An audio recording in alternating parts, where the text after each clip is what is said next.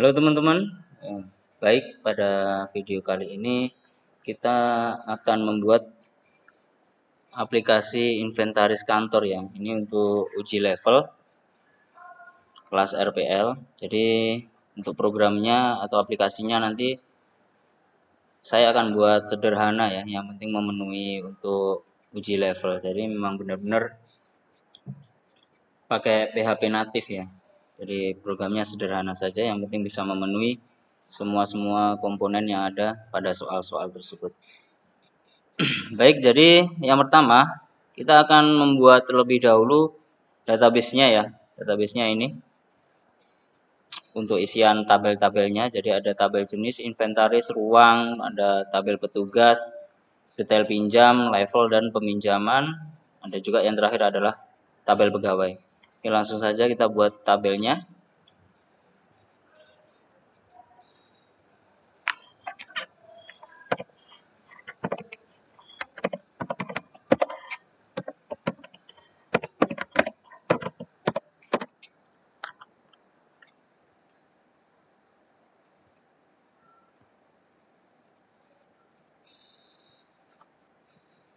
Ini saya pakai SHAM versi 3.3.0 ya. Kita buat database baru, kita kasih nama database-nya inventaris. Karena kita ingin membuat aplikasi aplikasi inventaris kantor.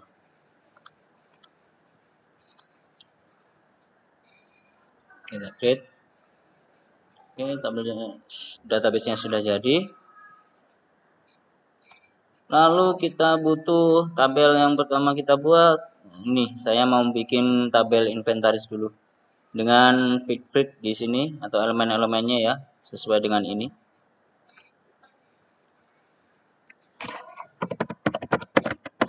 Tabel inventaris. Oke.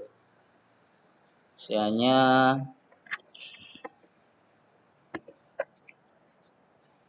ada ID inventaris, nama, kondisi, keterangan.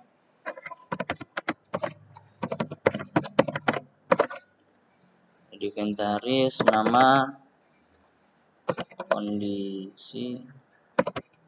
Ini nama ini yang jelas nama inventarisnya ya. Kondisi, kemudian keterangan, jumlah, nambah, ada berapa ini? Berapa kolom? 1, 2, 3, 4, 5, 6, 7, 8, 9, 10. Ada 10. Ada 4 tambah 6. Keterangan, kemudian ada lagi jumlah, ID jenis. Jumlah ID jenis. Kemudian ada lagi tanggal register.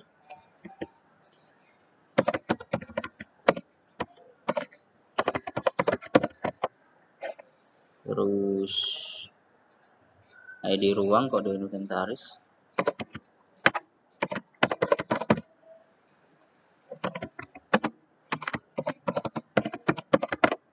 Ini kode inventaris harusnya di atas tadi. Setelah ini ya seharusnya, setelah ID inventaris ini. Biar enak. Akhir ID petugas. Oke, ID inventarisnya tipenya integer ya, jelas. Kita kasih value-nya 11. Terus nama kita ganti dengan varchar. Kita kasih nama 50. Kondisi sama, varchar juga. Keterangan teks ya, lebih panjang ya. Terus, oh ya, ini ID inventarisnya dia atribut primary. Dia primary key. Oke.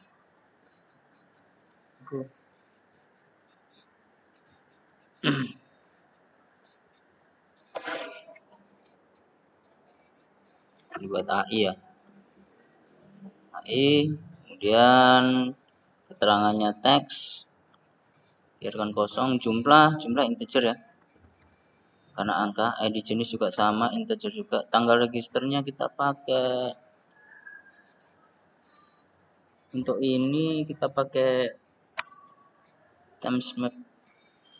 timestamp saja. Nah, terus ininya kita ganti on update ya, jadi nanti biar ketika kita ngasih inputan ya, jadi otomatis tanggal ini akan terupdate sendiri, jadi kita nggak perlu memasukkan tanggal secara manual. ID ruangnya juga 11, kode inventaris kita bikin varchar lah. Nah, kode inventaris ini nanti kan dimasukkan manual ya, sama operator atau admin. Ini integer. Oke. Kita save. Oke, sudah. Lalu kita bikin satu tabel lagi. Nah, kita bikin tabel jenis. Ada berapa field? Ada 4. ID jenis, nama jenis, kode jenis, sama keterangan. ID jenis. Terus kemudian ada nama jenis ya. Nama jenis. Kemudian ada kode jenis sama keterangan. Oke, keterangannya dikasih teks, kemudian ID-nya integer. Jangan lupa ini saya bikin auto increment ya, biar otomatis. Nama jenisnya kita kasih varchar, value-nya 50 masih sama. Kode jenisnya kode jenis varchar aja lah ya, karena ini inputan biasa. Jadi bisa digabung huruf sama angka gitu. Save. Oke, tabel yang jenis sudah jadi. Melanjut ruang. Tabel ruang ada 4 field juga, 4 isian. Tabel ruang ada 4, yaitu ID ruang. Panjangnya 11 ya, dibuat auto increment juga sama. Primary key-nya ya. Ini di sini primary key. Nama ruang, kode ruang, sama keterangan.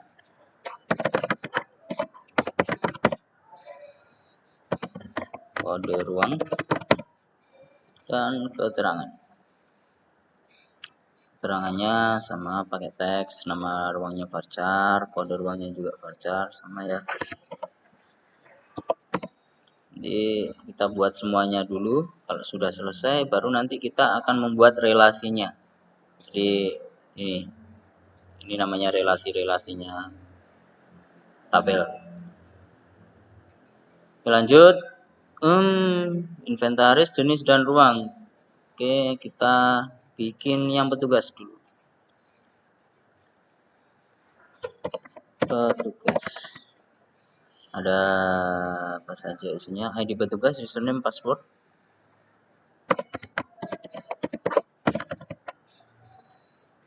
Username, ada password. Jadi ini untuk login mesti kan ya. Password sama nama petugas dan ID level.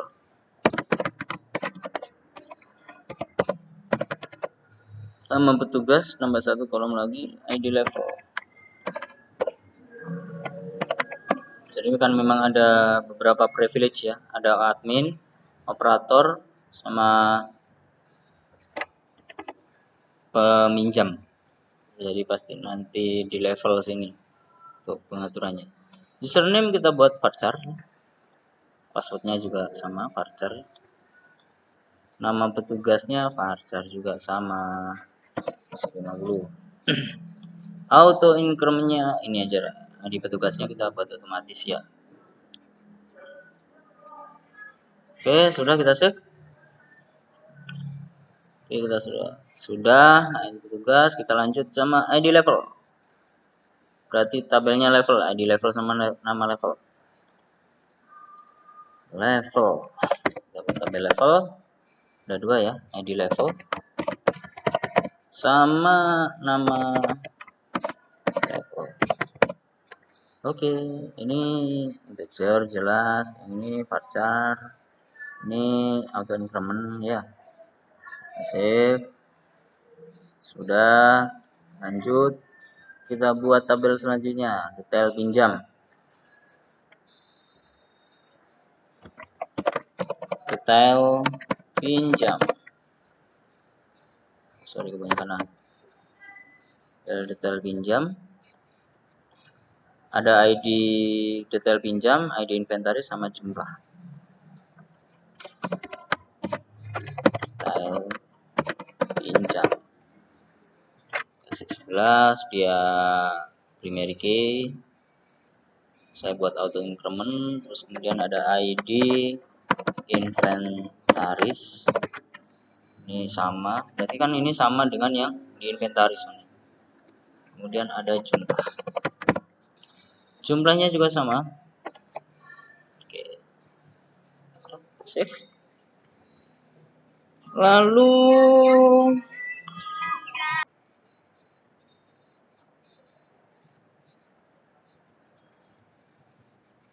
oke, lanjut.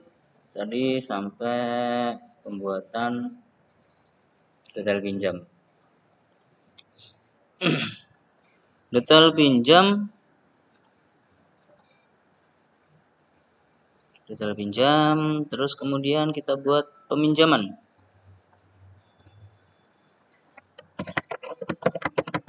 Peminjaman. Isiannya ada ID peminjaman, tanggal pinjam, tanggal kembali. ID peminjaman, tanggal pinjam, ada tanggal kembali.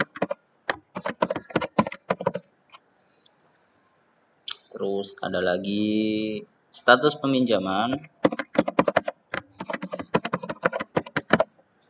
Terus ID pegawai. Tadi berarti tambah satu lagi ya. ID pegawai. Oke, ID pegawai integer, kita buat value-nya 11. ID peminjaman sama, tanggal pinjam kita setting ke date ya. Tanggal kembali juga sama, kita buat date. Status peminjaman ini kita bikin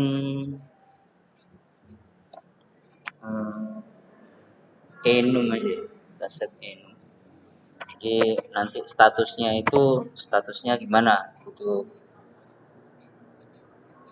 konfirmasi, sudah dikonfirmasi gimana gitu. Di sini saya buat ada 3 kondisi ya. Kondisi dimana yang 0 itu nanti saya ingin buat butuh konfirmasi peminjaman. Terus yang ke-1 itu nanti barang sedang dipinjam, kemudian yang kedua ini barang sudah dikembalikan. Saya buat kondisi seperti itu. Jadi AI primary key oke. Date-nya yang tanggal pinjam saya bikin on update aja ya. Jadi dia update sendiri. Di waktu tanggal mana bisa ya?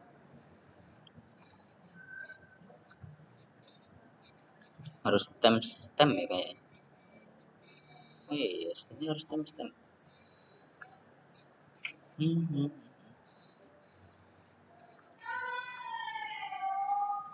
Kosongin aja lah dulu. Pakai date aja lah. Oke.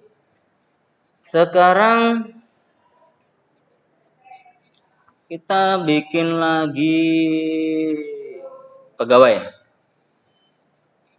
Pegawai ada ID pegawai, nama pegawai, NIP, alamat.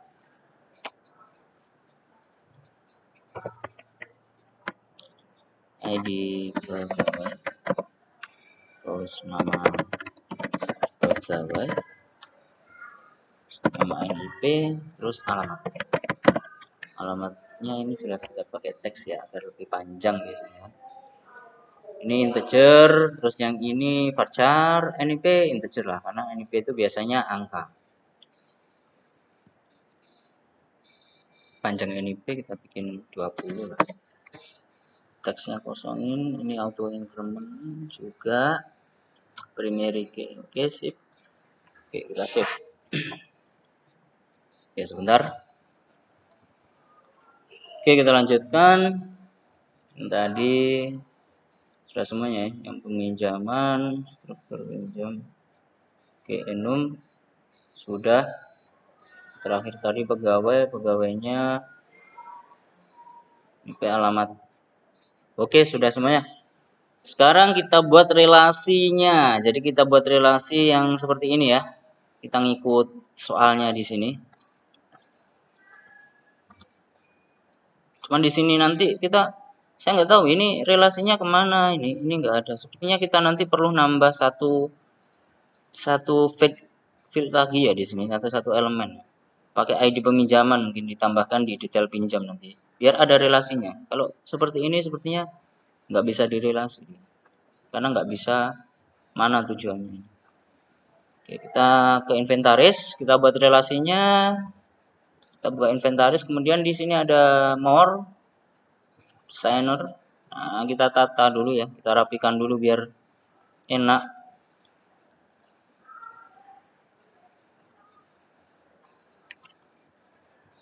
Oke, kita taruh ini sini, nanti relasinya sama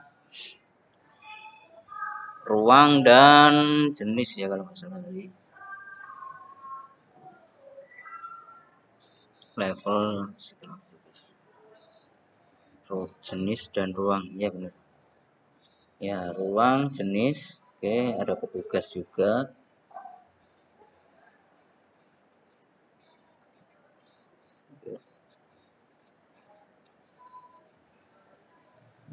Sulit sekali ini ditarik. Tugasnya dulu. Petugasnya ada level, taruh bawah sini. Ini pegawai setelah kita pinjam.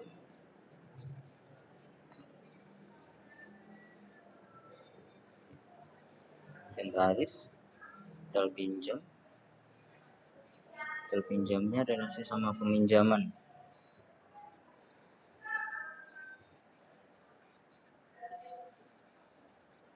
Peminjaman, kemudian ada pegawai. Oke, semuanya sudah masuk. Kalau sudah masuk, kita save biar nanti dia nggak berubah ya tatanannya. Kalau belum kita save, nanti dia rusak tampilannya. Oke.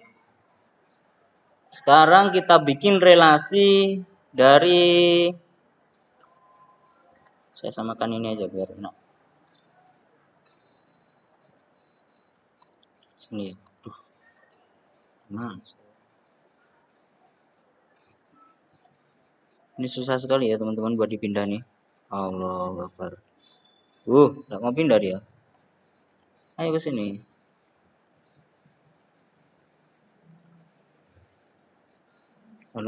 Harus lembut ya ini ya.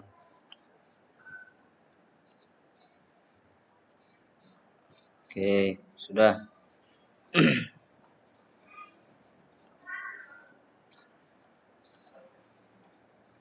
Ngapain tadi ditarik? Kan. Oke, sudah. Kita relasikan jenis sama inventaris. Jadi kita masuk ini yang jadi foreign key-nya atau indeksnya itu ini inventaris. Berarti kita masuk di inventaris. Inventaris, kemudian kita ke struktur, kemudian kita pilih relation view. Nah, kita bikin kondisinya cascade ya. Jadi ini ada beberapa kondisi. Ketika dihapus, dia akan menggunakan kondisi cascade. Kemudian apabila diupdate, dia juga sama cascade. Cascade itu apa sih? Jadi cascade itu ketika data itu di dalam tabel sini ada yang dirubah, maka secara otomatis yang direlasikan juga akan ikut berubah. Kayak gitu. Kita pilih cascade. Nah, ini kita pilih tadi yang mau kita relasikan ID jenis. Oke, kita pilih tabelnya berarti di jenis. Maka secara otomatis dia akan mencari ID-nya ya. Kemudian ada ruang.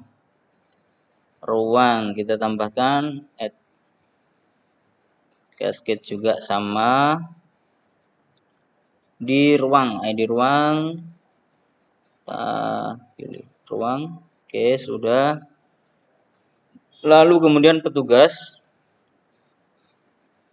Cascade juga, ID petugas ke di database inventaris ya, tabelnya petugas. Oke, selesai. Kita save. Oke, berhasil ya. Kalau mau cek, teman-teman bisa cek di sini. Cek di tadi, di desain. Nah, ini sudah bikin relasi dia. Jenisnya juga sudah masuk, petugasnya sudah masuk. Gitu. Ini ya. Biar nggak kelihatan menyimpang. Balik lagi deh. Oke, jadi gini, ini relasinya kita buat sudah selesai. Sekarang kita relasikan yang petugas dengan level. Jadi ini yang jadi primary. Oke, petugas ID level. Jadi foreign key-nya ya. Kita masuk ke tabel petugas berarti. Petugas. Oh, belum saya simpan tadi, lupa. Gak apa-apa lah. Ke relation view lagi. Cascade ini ID petugas. ID level. Oh ya, ID level karena yang masuk level. Di petugas. Sorry, level. Oke, sama. Oke, kita save. Sudah, kita coba cek di desain. Rusak lagi. Tadi lupa nggak saya save. Jadi kalau tidak di save pasti gini. Oke, save. Nah, ini sudah membuat relasi ya teman-teman ya. Ini relasinya. Ini berelasi ke sini. Sekarang kita bikin relasi untuk detail pinjam ke inventaris. Jadi kita masuk ke detail pinjamnya. Detail pinjamnya, kemudian struktur, relation view-nya, cascade juga aja. Ini ID inventaris ya. Oke, selesai. Kita save. Oke, kita masuk, kita cek lagi kan. Oke, sudah bikin ya. Sudah merelasi. Sekarang kita relasikan antara peminjaman ini sama detail pinjam. Gitu ya. Oke. Nah, PR-nya di sini, ini seharusnya ada foreign key-nya di sini. Jadi bisa menjadi penghubung. Kalau dengan sesuai tabel database dari soal ini ya, ini enggak ada. Jadi kita perlu nambahkan satu lagi biar ini berelasi. Oke, kita tambahkan satu lagi di detail pinjam dengan nama ID peminjaman. Kita ambil itu. ID peminjaman. Ini kita save. Jadi biar ada relasi. Kalau nggak ada ininya, nggak bisa relasi, nggak ada foreign key. Kita relation view, kita tambahkan satu lagi di sini, ID peminjaman. Di peminjaman, ID peminjaman. Oke, sip, kita save. Selesai, kita coba refresh. Oke, sudah ya. Nih, sudah berelasi ini. Nih, sini. Kemudian